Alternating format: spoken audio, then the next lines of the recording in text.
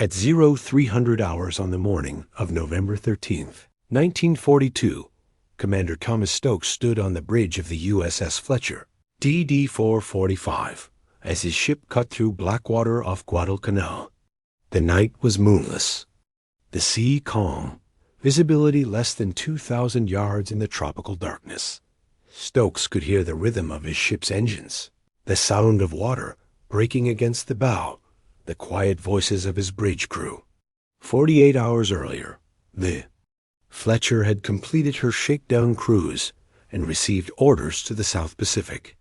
She was the first of a new class of destroyer, designed specifically to address every weakness the United States Navy had discovered in 2 years of brutal Pacific combat. The Japanese Navy controlled the waters around Guadalcanal after dark. They called these night runs the Tokyo Express, fast destroyer convoys that reinforced Japanese positions, bombarded American Marines, and challenged any Allied ships foolish enough to contest their supremacy. American destroyers had tried to stop them. American destroyers had died trying in the past 6 months. The United States Navy had lost 14 destroyers in the Solomon Islands. Ships sunk by Japanese torpedoes, Japanese gunfire, Japanese aircraft. The destroyers lost at Savo Island on August 9th. The destroyers lost at Cape Esperance on October 11th. The destroyers lost in the First Naval Battle of Guadalcanal just 2 nights ago on November 13th. American destroyer captains faced a fundamental problem. Japanese destroyers were faster, carried more torpedoes, and were commanded by crews trained specifically for night combat. Japanese lookouts could see farther in darkness than American lookouts using optical equipment. Japanese torpedoes traveled faster and hit harder than American torpedoes. Japanese tactics emphasized aggressive night attacks that exploited these advantages. American destroyers built in the 1930s, ships like the Sims-class and the Benson-class had been designed for a different kind of war. They carried 5-inch guns that were effective against aircraft and surface targets, but their fire control systems were inadequate for night combat. They carried torpedoes, but American torpedo doctrine emphasized daylight attacks against capital ships, not night encounters with enemy destroyers. Most critically, American destroyers lacked the radar systems that might have offset Japanese superiority in night optics. The ships had basic air search radar, but nothing that could detect surface targets at the ranges needed for effective gunnery. American destroyer captains fought blind in darkness against an enemy who could see them. Clearly, the result was predictable. Japanese destroyers approached at high speed under cover of darkness, launched torpedoes from beyond visual range, and withdrew before American ships could respond effectively. American destroyers that tried to close the range were hit by torpedoes they never saw coming from positions they could not detect. The losses were not just ships. Every destroyer sunk meant between 250 and 300 sailors killed or missing. The destroyers lost at Savo Island, the Quincy, the Vincennes, the Astoria, each carried full crews. The men who went down with those ships were experienced sailors, trained gunners, veteran signalmen. They could not be replaced quickly. By November of 1942, the United States Navy faced a crisis in the South Pacific. American forces held Guadalcanal, but barely. The Marines defending Henderson Field needed supplies, reinforcements, ammunition. Those supplies had to come by sea. Japanese forces controlled the sea at night. American ships could not safely operate in contested waters after dark. If American destroyers could not contest Japanese naval superiority around Guadalcanal, the Marines would be starved out. If the Marines lost Guadalcanal, the entire American offensive in the Pacific would stall. The strategic situation demanded a solution. The tactical situation demanded a new kind of destroyer. The Fletcher-class was that destroyer. She had been designed in 1941, before Pearl Harbor But her design incorporated lessons from British combat experience in the Atlantic and Mediterranean. The design was refined in 1942 based on American combat experience in the Coral Sea. At Midway and in the Solomon Islands by the time the first Fletcher-class destroyers reached the Pacific in November of 1942, they represented the most comprehensive analysis of destroyer combat that had ever been conducted. Every system, every weapon, every piece of equipment had been chosen to address specific weaknesses identified in previous American destroyer classes. The Fletcher was 376 feet long, displaced 2,700 tons fully, loaded, and could make 38 knots at maximum speed. These specifications made her larger, heavier, and faster than previous American destroyers. The size increase was deliberate.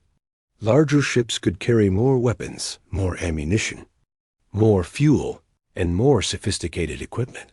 The Fletcher mounted 5.5-inch 38 caliber guns in enclosed turrets. 2 forward, 1 amidships, 2 aft. The enclosed turrets were critical. Previous American destroyers had mounted guns in open mounts that exposed crews to weather, blast, and fragments. The Fletcher's gun crews fought from inside armored shields that protected them from everything except direct hits. The 5-inch 38 gun was the standard American dual-purpose weapon, effective against both surface targets and aircraft. Each gun could fire 15 to 20 rounds per minute with a well-trained crew. Maximum range was 18,000 yards against surface targets. Maximum ceiling was 37,000 feet against aircraft, but the guns were only part of the system. The Fletcher carried the Mark 37 gun director, a sophisticated fire control system that integrated optical range finding with radar tracking. The Mark 37 could track targets in darkness, calculate firing solutions automatically, and direct all 5 guns to fire on a single target with coordinated timing. This was the critical advantage over Japanese destroyers. Japanese ships had excellent optical fire control, but they had no radar fire control. In darkness, Japanese gun crews aimed by eye using optical rangefinders. American gun crews on Fletcher-class destroyers aimed using radar that could see through darkness, smoke, and weather. The Fletcher also carried the SG surface search radar, a technology that would transform naval warfare. The SG radar could detect surface targets at ranges up to 15 miles in ideal conditions. More importantly, it could detect targets in complete darkness with accuracy sufficient for gunnery. A Fletcher-class destroyer could detect a Japanese destroyer at 12,000 yards, calculate range and bearing, and open fire with radar directed guns before the Japanese ship knew American forces were present. The tactical advantage was overwhelming. Japanese destroyers that had dominated night combat through superior optics suddenly faced an enemy who could see farther and shoot more accurately in darkness. The torpedo armament was equally impressive. The Fletcher carried 10 21-inch torpedo tubes in 2 quintuple mounts, 1 mount on each beam. This was double the torpedo armament of previous American destroyer classes. The torpedoes were Mark 15 weapons, 21 feet long, carrying 800-pound warheads, capable of 45 knot speed with a range of 6,000 yards. American torpedoes in 1942 had serious reliability problems. The Mark 14 torpedo used by submarines had defective depth-keeping mechanisms and defective magnetic exploders. The Mark 15 torpedo used by surface ships had fewer problems, but it was still less reliable than Japanese torpedoes. Japanese Type 93 torpedoes, the famous long lance weapons, were faster, had longer range, carried larger warheads, and almost never failed to detonate. But the Fletcher's advantage was not torpedo quality. The advantage was torpedo quantity combined with radar detection. A Fletcher-class destroyer could detect enemy ships at long range, maneuver into favorable position, and launch 10 torpedoes in a single salvo. Japanese destroyers might have better torpedoes, but they could not match the volume of fire. The anti-aircraft armament reflected lessons learned at Midway and in the Solomons. The Fletcher mounted 6 40mm Bofors guns in 3 twin mounts and 6 20mm Oerlikon cannons. This was heavy anti-aircraft protection for a destroyer. The Bofors guns were Swedish-designed weapons that fired 2-pound explosive shells at a rate of 120 rounds per minute per barrel. The Oerlikon cannons fired smaller rounds, but at even higher rates. American destroyer captains had learned that air attack was a constant threat in the Pacific. Japanese aircraft attacked during daylight transit, during bombardment missions, during fleet actions. A destroyer that could not defend itself against air attack was a liability to any task force. The Fletcher could put up a wall of anti-aircraft fire that made her extremely difficult to attack from the air. The engineering plant was designed for reliability and redundancy. The Fletcher had 2 boilers and 2 steam turbines driving 2 propeller shafts. If one boiler was damaged, the ship could still operate at reduced speed. If one turbine failed, the other could maintain propulsion. This redundancy was critical for survival in combat. Damage control systems were extensive. The ship was divided into multiple watertight compartments. Pumps could be cross-connected to handle flooding in any section. Firefighting equipment was distributed throughout the ship. Repair parties were organized and trained to handle battle. Damage while the ship remained in combat. The crew complement was 329 officers and men. This was larger than previous destroyer crews, reflecting the increased complexity of the Fletcher systems. The additional crew members operated radar equipment, fire control systems, damage control stations, and anti-aircraft weapons. Every station was manned by trained specialists. Commander Stokes knew his ship's capabilities. He had studied the design documents, participated in the sea trials, trained his crew for 3 months before deployment. He knew the Fletcher was superior to any destroyer the United States Navy had previously built. What he did not yet know was how she would perform against Japanese destroyers in actual combat. That question was about to be answered. Intelligence reported that a Japanese destroyer force was approaching Guadalcanal from the north, scheduled to arrive after midnight. The force included at least 6 destroyers, possibly more. They were carrying reinforcements and supplies for Japanese troops defending positions west of Henderson Field. Admiral William Halsey, commanding Allied forces in the South Pacific, had ordered every available ship to intercept the Tokyo Express. The Fletcher was assigned to a task group that included 2 heavy cruisers and 4 other destroyers. The American force would attempt to stop the Japanese reinforcement run. If you want to see how the Fletcher-class destroyers transformed American naval tactics in the Pacific and why Japanese commanders came to fear them more than any other surface ship, please hit that like button. It helps us share more forgotten stories like this. And please subscribe if you have not already. Back to the battle. The American task force formed up south of Guadalcanal at 2200 hours. The Fletcher took position as the lead destroyer in the screening formation. Her assignment was to provide radar early warning and engage enemy destroyers before they could launch torpedoes at the American cruisers. Stokes positioned his best radar operators at their stations. He ordered the gun crews to load and train out. He had the torpedo mounts cleared for action. Every man on the ship knew they were heading into combat against an enemy that had destroyed 14 American destroyers in 6 months. At 01. 15 hours, the SG radar operator reported contacts bearing 320 degrees, range 21,000 yards. Multiple targets, high speed, closing. Stokes confirmed the report and notified the task force commander. 6 Japanese destroyers were approaching from the northwest at approximately 30 knots. The Japanese force was following standard Tokyo Express tactics. Fast approach under cover of darkness, deliver supplies and reinforcements, withdraw before dawn when American aircraft could attack. They were not expecting American surface ships to be waiting for them.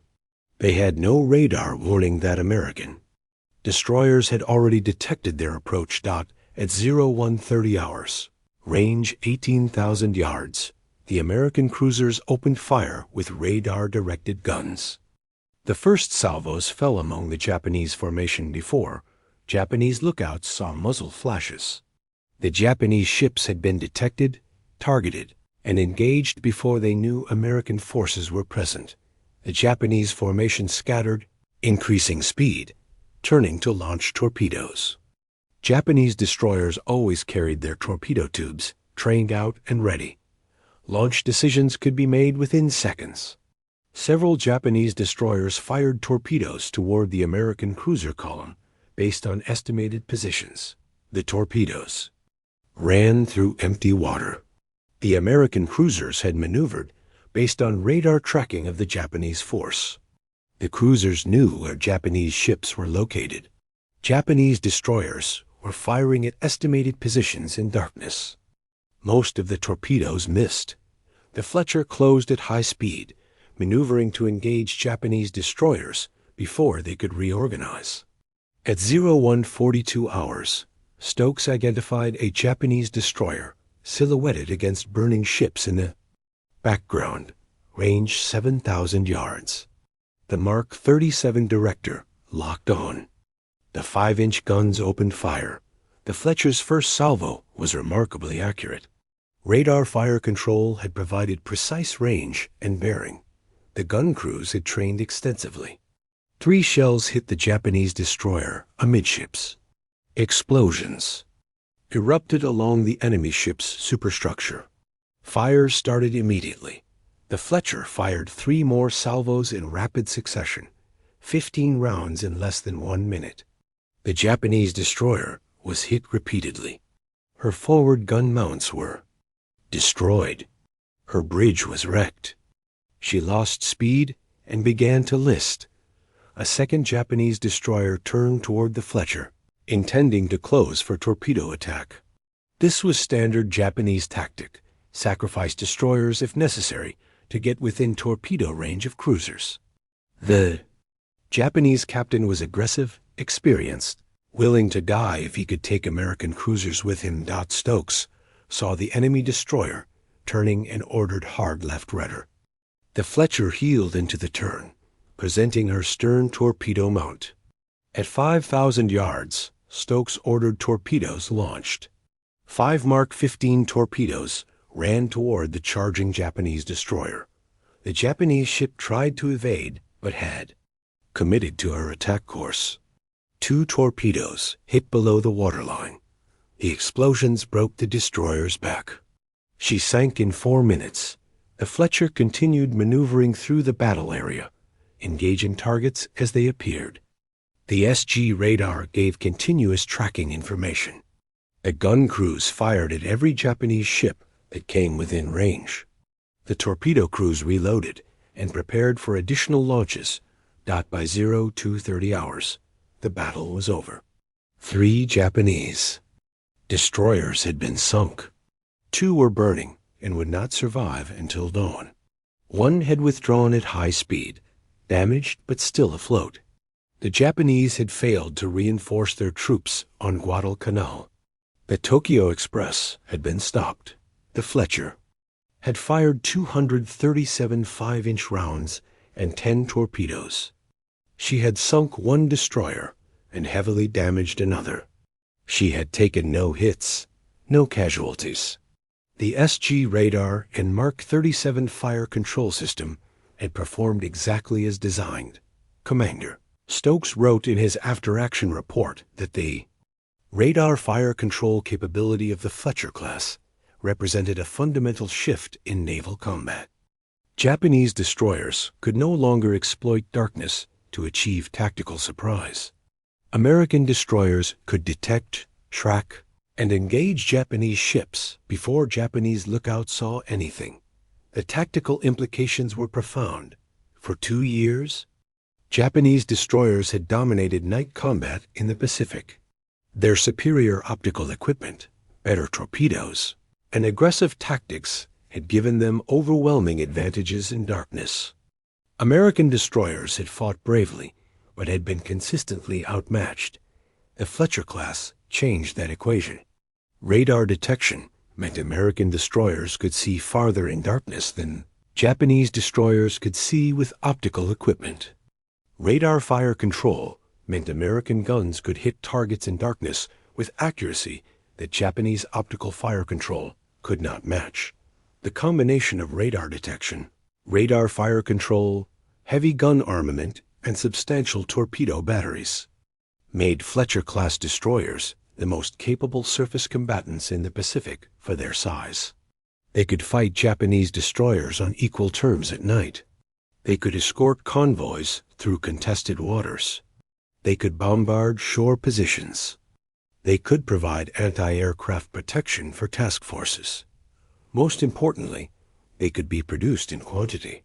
The Fletcher-class was designed for mass production using standardized components and simplified construction techniques. American shipyards could build Fletcher-class destroyers faster than any previous class. The first Fletcher, DD-445, was laid down in October of 1941 at Federal Shipbuilding in Kearny, New Jersey.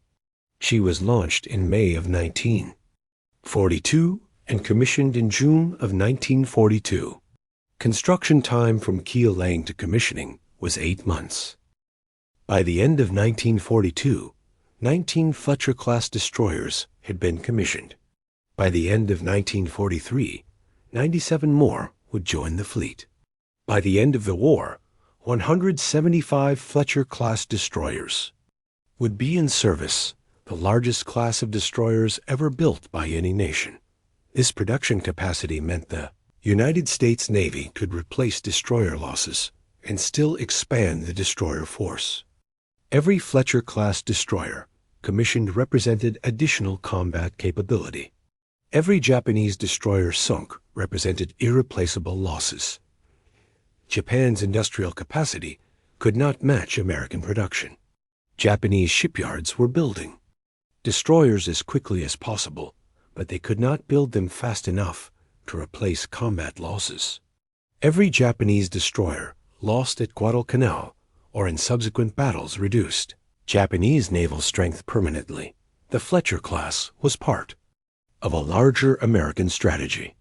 Outproduce the enemy, build more ships than the enemy could sink, replace losses faster than they occurred, expand combat forces while the enemy's forces shrank. This strategy required industrial capacity that only the United States possessed. By mid-1943, the impact of the Fletcher-class was visible throughout the Pacific. American destroyer forces that had been defensive and cautious in 1942 became aggressive and confident. Destroyer captains who had avoided night combat began seeking it out. Task force commanders who had withdrawn from contested waters after dark began operating there routinely. Japanese naval commanders noticed the change. After-action reports from Japanese destroyer captains began describing American ships with radar-directed guns that fired with uncanny accuracy. Darkness. Japanese naval intelligence identified the Fletcher-class as a major threat. Japanese tactical doctrine was revised to emphasize avoiding engagement with American destroyers when possible. This was a remarkable psychological shift. For 2 years, American destroyers had avoided Japanese destroyers whenever possible. Now Japanese destroyers were avoiding American destroyers. The tactical initiative had reversed. The transformation became undeniable during the Battle of Vella Gulf on August 6, 1943. Commander Frederick Musburger commanded a division of 6 Fletcher-class destroyers. The Dunlop, Craven, Maury, Lang, Sterrett, and Stack. Intelligence reported that 4 Japanese destroyers were approaching Vella Gulf carrying reinforcements. For Japanese forces on Kolombangara Island, Moosbrugger planned his attack carefully.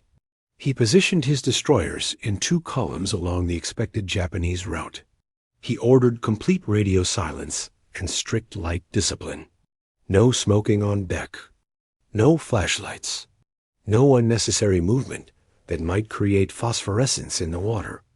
The American destroyers would remain invisible until they chose to reveal themselves docked at 0140 hours. The SG radar on the Dunlap detected 4 contacts entering Vella Gulf from the northwest, range 24,000 yards. The Japanese destroyers were the Hagikase, Arashi, Kawakase, and Shiger, each carrying approximately 900 troops and supplies. The Japanese ships were running at 25 knots in column formation, confident that they controlled the waters around Vella Gulf. They had made this run dozens of times. American ships never operated in these waters after dark. There was no reason to expect opposition. Moosbrugger watched the radar plot as the Japanese formation approached. He calculated speed, course, and range. He positioned his destroyers for optimal torpedo launch geometry. At 0143 hours, range 10,000 yards, Moosbrugger gave the order. Launch torpedoes. 24 mark. 15 torpedoes entered the water from the 6 American destroyers. The launches were coordinated by radar tracking. Every torpedo was aimed at a calculated intercept point.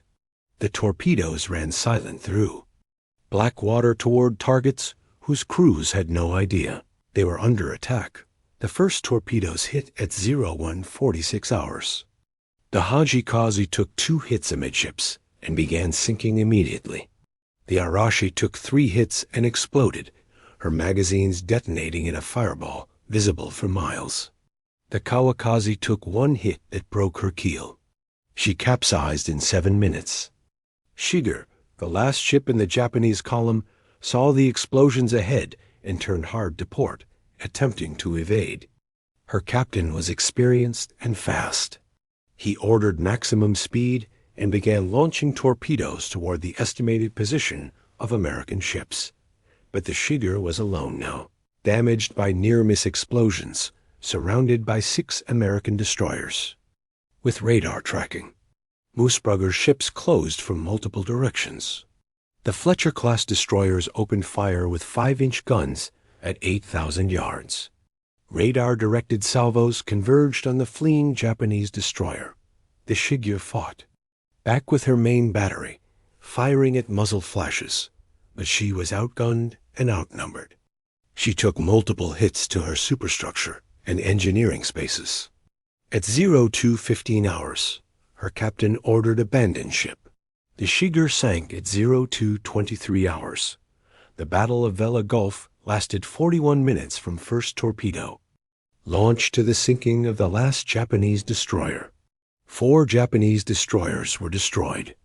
Approximately 1,500 Japanese sailors and 900 Japanese soldiers died. American casualties were 0. No American ships were damaged. Battle demonstrated the tactical dominance of Fletcher-class destroyers in night combat. Radar detection had allowed the American force to position perfectly for torpedo attack. Radar fire control had allowed devastating gun accuracy in complete darkness. Superior numbers had prevented any Japanese ship from escaping. Japanese Naval commanders studied the Vella Gulf action with growing concern. The battle report described American destroyers that detected Japanese forces at ranges exceeding 20,000 yards, launched coordinated torpedo attacks from positions Japanese lookouts could not see, and delivered accurate gunfire in darkness. That suggested some form of electronic targeting. Japanese technical intelligence correctly identified radar as the enabling technology, but Japanese industry could not produce radar systems comparable to American SG surface search radar or Mark 37 fire control systems. Japan's electronics industry lacked the manufacturing capacity, the technical expertise, and the essential materials needed for mass production of sophisticated radar equipment. Japanese destroyers continued to rely on optical fire control. Some ships received primitive radar sets, but these were search radars only, inadequate for fire control. Japanese destroyer captains fought with the same equipment they had used since 1941, while American destroyer captains fought with technology that gave them overwhelming advantages in detection, tracking, and engagement. The psychological impact on Japanese destroyer crews was significant. Sailors who had dominated night combat for 2 years suddenly found themselves at a disadvantage after dark. Ships that had operated with confidence in contested waters became cautious. Captains who had aggressively sought combat began avoiding it. Japanese destroyer doctrine was revised in late 1943 to emphasize high-speed approaches and rapid withdrawals. Japanese destroyers would no longer loiter in contested waters. They would deliver their troops and supplies as quickly as possible and withdraw before American radar-equipped ships could intercept. But even this defensive doctrine could not prevent losses.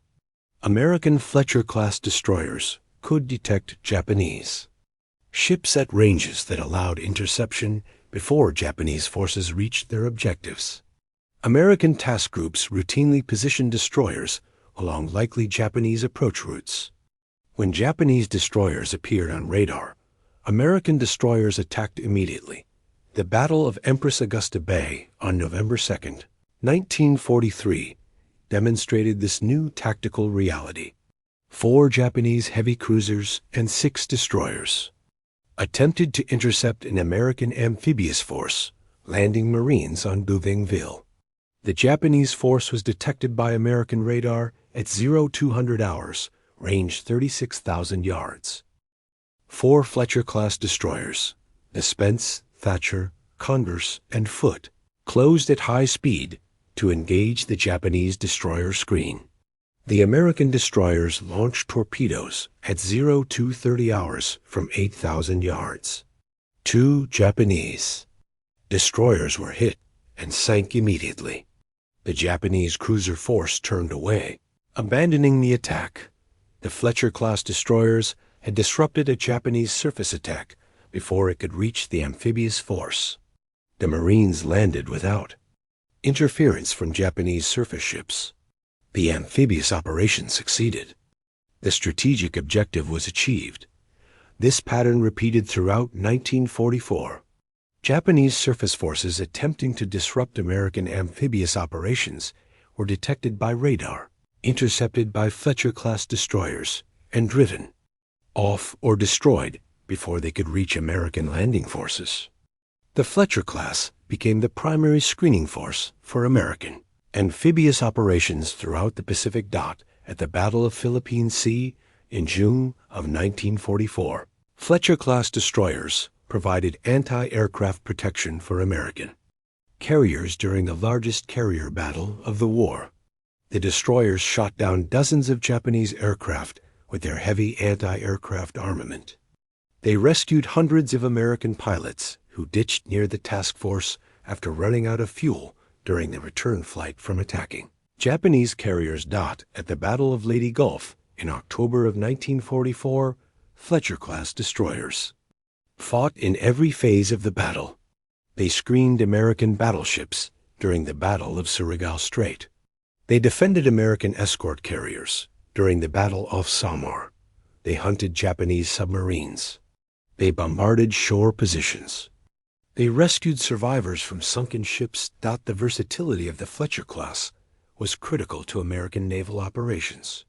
These destroyers could perform anti-submarine warfare, anti-aircraft defense, surface combat, shore bombardment, convoy escort, and screening duties. No other destroyer class in any navy matched this operational flexibility. The anti-submarine capability deserves specific attention. Fletcher-class destroyers were equipped with sonar systems for detecting submerged submarines and depth charge racks for attacking them. They carried K-gun depth charge projectors that could throw 300-pound depth charges to either side of the ship. They mounted Hedgehog anti-submarine mortar that fired pattern of contact-fused projectiles ahead of the ship. Japanese submarines in 1944 faced Fletcher-class destroyers, equipped with technology that made submarine operations extremely dangerous. American destroyers could detect Japanese submarines at ranges up to 2,000 yards using sonar. Once detected, submarines could be attacked with depth charges or hedgehogs that made evasion nearly impossible. Japanese submarine losses increased dramatically in 1944 as more Fletcher-class destroyers entered service. Submarines that had operated with relative freedom in 1942 found themselves hunted relentlessly in 1944. The Japanese submarine force, which had begun the war with excellent boats and experienced crews, was systematically destroyed by American anti-submarine forces, dominated by Fletcher-class destroyers. The shore bombardment missions demonstrated another critical capability. Fletcher-class destroyers could close to within 5,000 yards of enemy-held beaches and deliver sustained 5-inch gunfire against fortified positions. The 5-inch 38 gun could fire high-explosive shells, armor-piercing shells, or star shells for illumination. Rate of fire was sufficient to suppress enemy positions during amphibious landings. At Iwo Jima in February of 1945, Fletcher-class destroyers provided continuous fire support for Marines assaulting the beaches. The destroyers remained on station for days, firing thousands of rounds at Japanese positions. Some destroyers came so close to shore that they risked grounding. The fire support was critical to the success of the landing. At Okinawa in April of 1945, Fletcher-class destroyers formed the radar picket line that detected incoming Japanese kamikaze attacks. The destroyers were positioned in a ring around Okinawa at distances ranging from 50 to 70 miles from the main fleet. Their mission was to provide early warning of Japanese air attacks and shoot down as many aircraft as possible before they reached the carriers. This mission was extraordinarily dangerous. The picket destroyers were isolated, often operating alone or in pairs, far from the protection of the main fleet. They were priority targets for kamikaze pilots. The destroyers fought off wave after wave of suicide attacks, their anti-aircraft guns firing continuously, their crews at battle stations for days without relief. Many Fletcher-class destroyers were hit by kamikazes at Okinawa. Some sank. Others were damaged so severely they had to be towed to port for repairs. But the picket line held. The carriers were protected. The amphibious forces completed their landings. The strategic objective was achieved.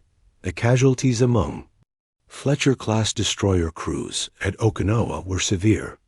Individual ships lost 50, 80, 100 men to kamikaze attacks. The survivors remained at their stations, repaired damage, and continued fighting. The courage and determination of Fletcher-class destroyer crews during the Okinawa campaign became legendary within the United States Navy. By August of 1945, when Japan surrendered, 175 Fletcher-class destroyers had been commissioned. 19 had been sunk in combat. 29 had been damaged severely enough to require months of repairs. 127 remained in active service. Having survived the most intense naval combat in history, the Fletcher-class had been present at every major naval battle in the Pacific from Guadalcanal in 1942 through Okinawa in 1945. They had sunk Japanese destroyers, cruisers, submarines, and countless smaller vessels. They had shot down hundreds of Japanese aircraft. They had bombarded dozens of Japanese-held islands. They had escorted thousands of merchant ships and hundreds of amphibious operations. The strategic impact of the Fletcher-class extended beyond direct combat results. The ability of American forces to operate in contested waters at night transformed Allied strategy in the Pacific. Amphibious operations could be conducted with confidence because Fletcher-class destroyers could defend landing forces against Japanese surface attacks. Supply convoys could transit dangerous waters because Fletcher-class destroyers could protect them from submarines and surface raiders. Most importantly, the Fletcher-class forced Japanese naval forces into defensive postures. Japanese destroyers that had hunted aggressively in 1942 became prey in 1944. Japanese submarines that had operated with relative freedom found themselves hunted relentlessly. Japanese naval aviation faced destroyer picket lines that provided early warning and heavy anti-aircraft fire. The production advantage was decisive. The United States commissioned 175 Fletcher-class destroyers during the war. Japan commissioned 32 destroyers of all classes from 1942 through 1945. American shipyards were producing Fletcher-class destroyers at a rate Japan could not match and could not counter. Every Fletcher-class destroyer represented not just a ship, but an entire system of technology, training, and industrial capacity. The radar systems were produced by American electronics firms. The 5-inch guns were manufactured by American ordnance plants. The steam turbines were built by American engineering companies. The crews were trained at American naval bases using standardized procedures. This integration of technology, industry, and training created combat capability that Japanese forces could not replicate. Japan had excellent naval architects, skilled workers, and brave sailors. But Japan did not have the industrial base to produce sophisticated electronics in quantity, the standardized training systems to crew ships efficiently, or the logistical capacity to sustain large fleets at sea for extended periods. The Fletcher-class embodied American strategic advantages in World War II. Superior technology deployed in overwhelming numbers, supported by industrial capacity that enemies could not match, operated by crews trained to high standards using systematic procedures. These advantages were decisive. Japanese naval officers who survived the war acknowledged the impact of American technology. In post-war interviews, several Japanese destroyer captains stated that American radar fire control had been the critical factor in American destroyer superiority. One captain stated that fighting American destroyers after they received radar was like fighting a blindfolded opponent who could see while you could not. The comparison was accurate. Japanese destroyer crews fought bravely with the equipment they had, but courage could not compensate for technological disadvantage. Optical fire control could not match radar fire control in darkness. Manual calculation could not match automated fire solutions. Limited torpedo armament could not match heavy torpedo batteries. The Fletcher-class demonstrated that modern naval warfare required sophisticated technology, mass production, and systematic training. Nations that could integrate these elements would dominate. Nations that could not would lose regardless of traditional factors like crew quality or tactical doctrine. The long-term impact of the Fletcher-class extended well beyond World War II. After the war, many Fletcher-class destroyers remained in service with the United States Navy. Some were modernized with improved radar, new weapons, and updated electronics. They served through the Korean War, providing shore bombardment and escort duties. Some served into the Vietnam War. Fletcher-class destroyers were also transferred to Allied navies under military assistance programs.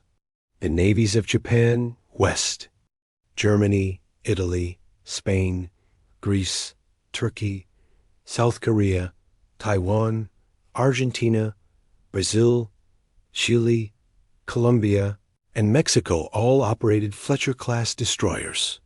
Some remained in service into the 1990s, 50 years after they were built. The design influenced destroyer construction worldwide. The balance of gun armament, torpedo armament, and anti-aircraft capability became the standard for post-war destroyers. The emphasis on radar fire control became mandatory. The concept of a versatile multi-mission destroyer, capable of anti-submarine, anti-aircraft, and surface combat, became the foundation for modern naval doctrine. The Fletcher-class proved that a well-designed destroyer could dominate its operational environment when properly equipped and properly employed. The ships were not invincible.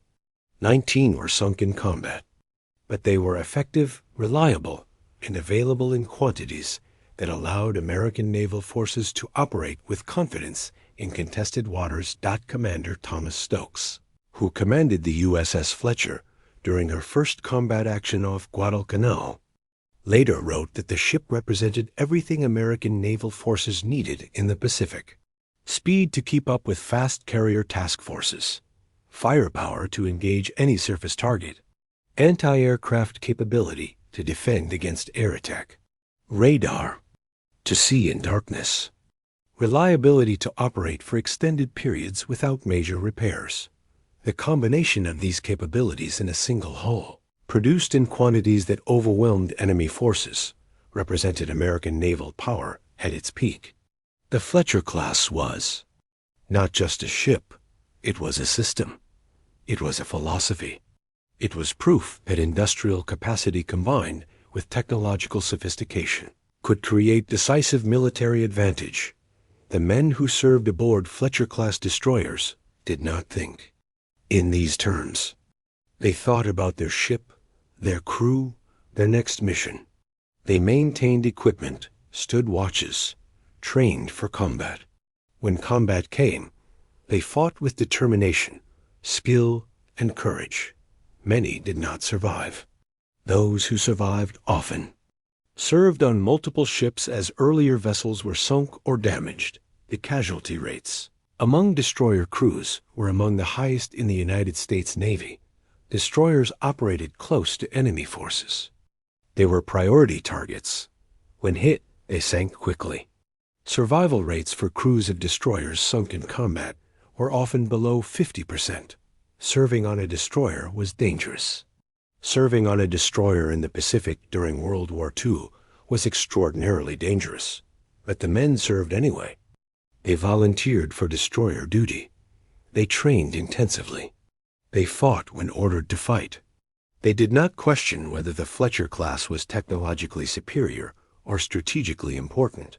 They focused on doing their jobs, supporting their shipmates, and surviving to fight again.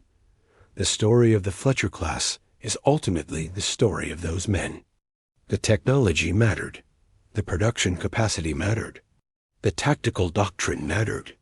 But the men who operated the ships, maintained the equipment, and fought the battles were the critical element. Without trained, disciplined, determined crews, the Fletcher-class destroyers would have been expensive and ineffective.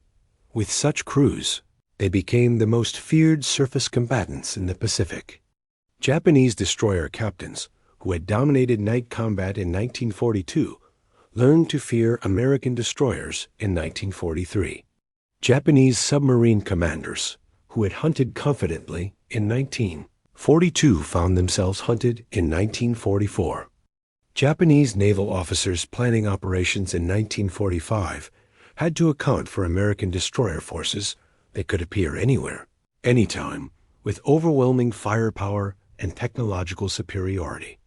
The transformation from the desperate defensive battles of 1942 to the confident offensive operations of 1945 was enabled by many factors. Carrier aviation that achieved air superiority, submarine forces that destroyed Japanese merchant shipping, amphibious forces that seized strategic islands. But the Fletcher-class destroyers provided the foundation for all these operations.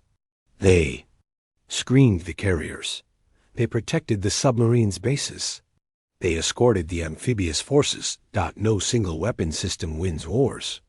But some weapon systems enable victory by providing capabilities that allow broader strategies to succeed. The Fletcher-class was such a system.